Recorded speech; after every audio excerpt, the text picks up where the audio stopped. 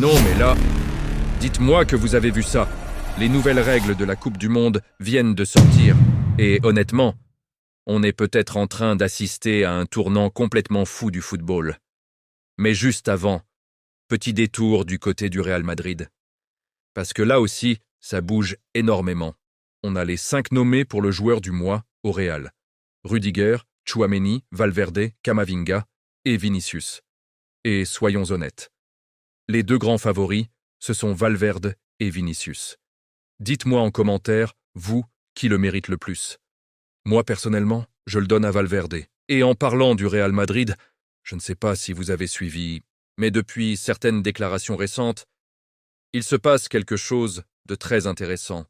On vient d'apprendre que le Real Madrid travaille sérieusement sur la signature de Rodri. Oui, Rodri, le patron du milieu de Manchester City. Et le plus fou dans tout ça, Manchester City ne serait pas totalement opposé à un transfert.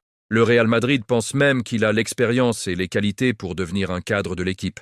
Et là, tout devient logique.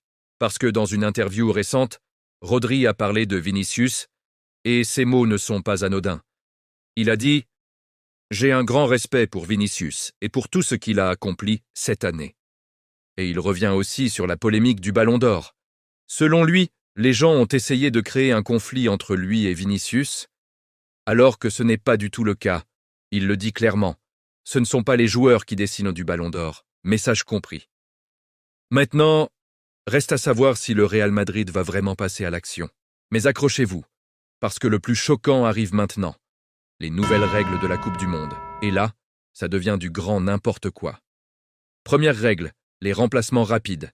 Un joueur remplacé aura seulement 10 secondes pour quitter le terrain.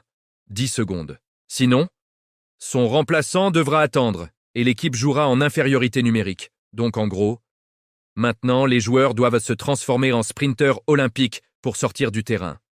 Deuxième règle, la gestion du temps. Un chronomètre de 5 secondes sera appliqué pour les touches et les dégagements. Tu dépasses, tu perds directement le ballon. Oui, vous avez bien entendu, et ce n'est pas fini. Le VAR pourrait désormais intervenir sur encore plus de situations. Les deuxièmes cartons jaunes, les expulsions des coachs, certaines décisions comme les corners, en gros, presque tout. Mais à un moment, il faut se poser la vraie question. Pourquoi compliquer autant le football? Pourquoi ne pas simplement nous laisser profiter du jeu, comme avant? Parce que là, entre les transferts qui s'enflamment et les règles qui deviennent de plus en plus strictes, le football qu'on connaît est peut-être en train de changer. Abonne-toi, parce que ce qui arrive dans les prochaines semaines, ça risque d'être encore plus fou.